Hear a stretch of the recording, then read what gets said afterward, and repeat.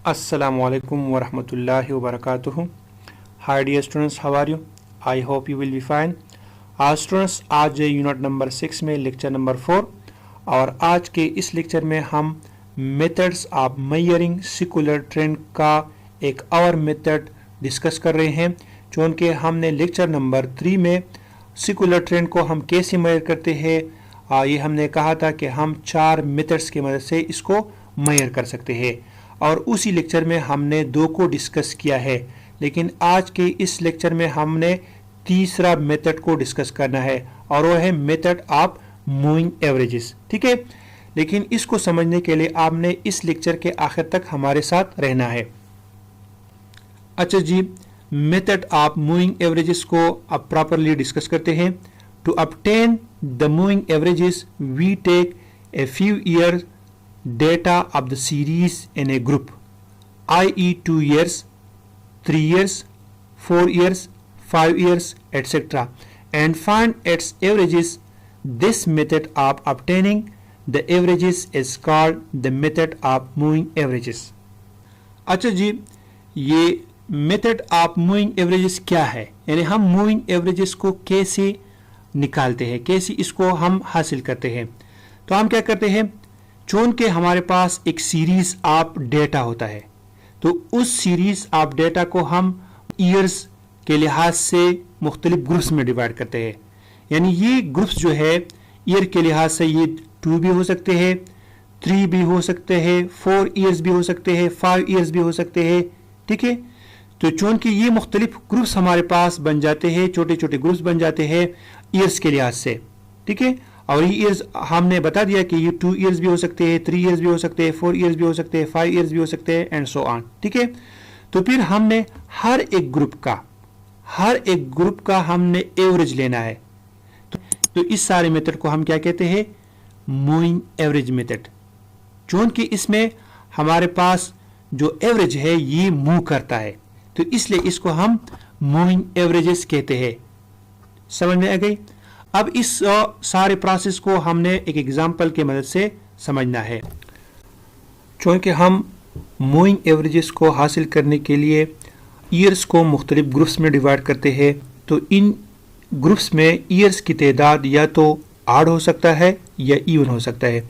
तो हम आड और इवन दोनों के लिए एक इक्वेशन करते हैं। सबसे पहले हम आड के लिए इक्वेशन करते हैं। ये हमारे पास क्वेश्चन है, इसमें हमें ईयर्स दी गई है 1995 से लेकर 2004 तक और ये इसकी वैल्यूज है। ठीक है, तो यहाँ पर इस क्वेश्चन में हमें कहा गया है कि आपने 3 ईयर्स मूविंग एवरेजेस फाइंड करना है, यानी इसमें आपने 3 ईयर्स का ग्रुप लेना है। ठीक है, तो हम सबसे पहले हम 1995, 1996 और 1997 का ग्रुप लेंगे। ठीक है, यानी हम इन 3 वैल्यूज को लेंगे और इसका हमने एवरेज निकालना है। तो सबसे पहले हम इन 3 वैल्यूज का टोटल निकालेंगे और इसका टोटल हमारे पास आता है 1006। तो हम इसका जो टोटल है इसको इसके सेंटर पे लिखेंगे। इसकी सेंटर वैल्यू हमारे पास 317 है तो ये वैल्यू यहाँ पर आ जाएगी। इसी तरह फिर हम इस 1995 को इससे निकालेंगे और 1996, 1997 और 1998 लेंगे। ठीक है, और इसकी ये 3 वैल्यूज है, इसका हमने टोटल निकालना है। तो जब हम इसका टोटल निकालेंगे तो इसका टोटल हमारे पास आता है 1066। इसको इस सेंटर वैल्यू यानी इसकी सेंटर वैल्यू हमारे पास क्या है, ये 357 है। तो इस 357 के सामने ये 1066 को लिखेंगे। ठीक है, फिर हमने 1996 को इससे निकालना है, 1997, 1998 और 1999 लेंगे। ठीक है, इन तीनों को लेंगे तो इसकी वैल्यूज हमारे पास ये 3 है। ठीक है, इसका जब हम टोटल निकालेंगे तो ये हमारे पास आ जाएगा 1151। ठीक है, तो इसको इस सेंटर वाली वैल्यू के सामने लिखेंगे। ठीक है, तो इसी तरह आपने इसका टोटल निकालना है। 3 वैल्यूज यानी 3 ईयर्स आपने लेना है और इसकी 3 वैल्यूज को आपने ऐड करना है तो इसका टोटल इसी तरह आ जाएगा। ठीक है, फिर आपने इसका एवरेज निकालना है। तो एवरेज बहुत ही सिंपल है, क्योंकि ये हमारे पास 3 वैल्यूज़ का टोटल है, इसको हमने 3 पर डिवाइड करना है तो ये इसका एवरेज आ जाएगा।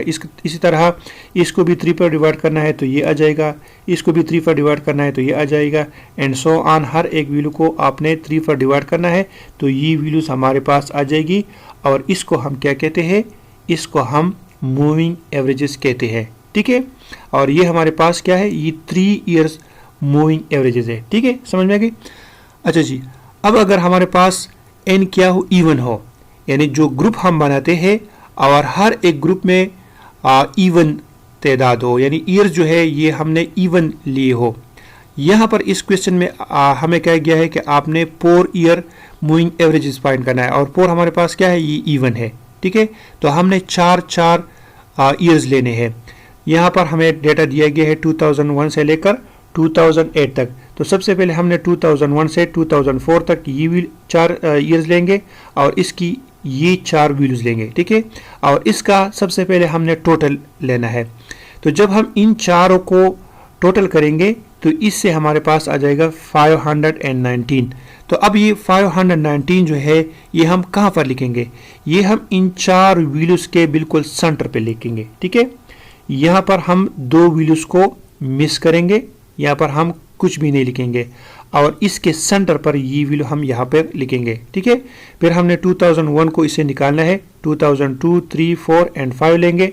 ठीक है, यानी इन 4 वैल्यूज को हमने ऐड करना है और इसका टोटल निकालना है, तो ये 540 आ जाएगा, और इस 540 को यहाँ पर इसके सेंटर पर लिखेंगे। ठीक है, इसी तरह आपने 4 वैल्यूज को आपने ऐड करना है। ठीक है, और इसका टोटल आपने निकालना है, फिर इसका आपने एवरेज निकालना है। एवरेज कैसे निकालेंगे, बहुत ही सिंपल है, इसको 4 पर डिवाइड करना है तो ये वैल्यू आ जाएगी, इसको 4 पर डिवाइड करना है तो ये वैल्यू आ जाएगी, इसको 4 पर डिवाइड करना है तो ये वैल्यू आ जाएगी।